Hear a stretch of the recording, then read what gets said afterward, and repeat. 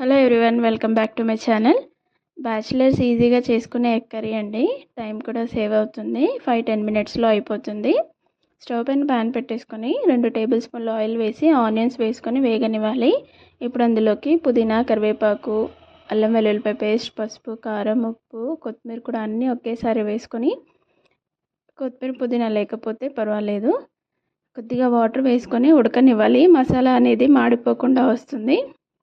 అది ఉడికే టైంలో మనకు కావాల్సిన అన్ని ఎగ్స్ వేసుకొని ఇలా కర్రీ కొద్దిగా ఎగ్స్ పైకి అనుకుంటే స్పైసీగా ఉంటుంది. ఎగ్ 2 నిమిషాలు మూత పెట్టి లో ఫ్లేమ్లో ఉడకనివ్వాలి. ఇప్పుడు ఇంకో 2 నిమిషాలు ఇలా తిప్పేసుకొని ఉడకనిస్తే సరిపోతుంది. మీ దగ్గర గరం మసాలా కానీ ధనియాల పొడి కానీ ఉంటే ఈ టైంలో వేసుకోండి, లేదంటే స్కిప్ చేసేయండి. చపాతీలోకి, రైస్లోకి చాలా బాగుంటుంది. నా వీడియో కనుక నచ్చితే ప్లీజ్ లైక్ చేయండి, షేర్ చేయండి, సబ్స్క్రైబ్ చేసుకోండి.